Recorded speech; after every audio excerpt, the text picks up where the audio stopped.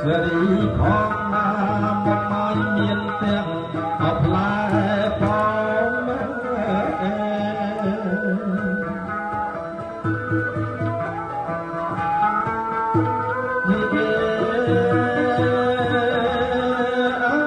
យមានទាំងផ្លែល្មុតលោកអាយរត់វិញញ៉ាយផងណាលឹកស្រស់ថ្លា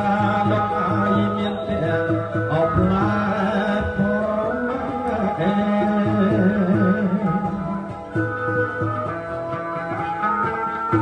នេះអេអាយមានទាំងអផ្លែនេះលោកអា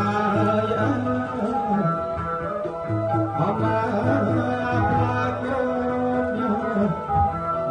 មានបងមកជុំផ្លែកំពែងអបាយជួ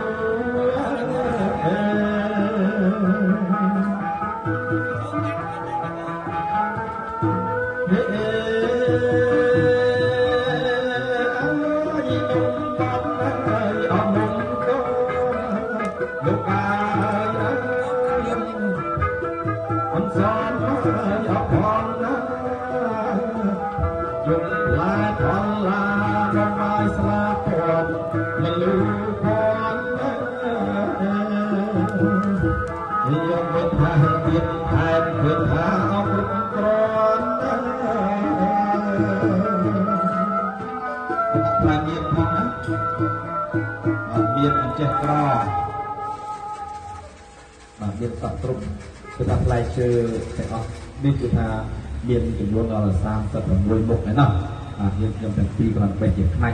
ទេដើម្បីជូនដល់លោកផលអាហារសម្បត្តិលោកពេជ្រពើមើលថាផ្លែឈើទាំងអស់ហ្នឹងគ្រប់36មុខជាយ៉ាងណាហើយផ្លែឈើទាំងអស់នេះយើងខ្ញុំទាំង3នាក់ទៅពេលកន្លែងហ្នឹងគឺនៅ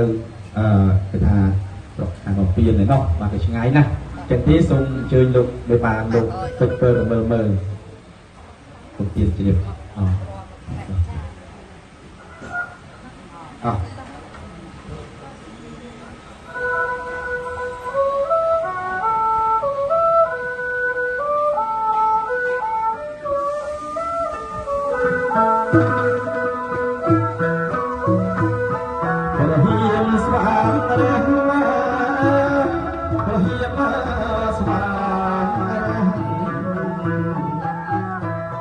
រហៀមស្វាងរះរហៀម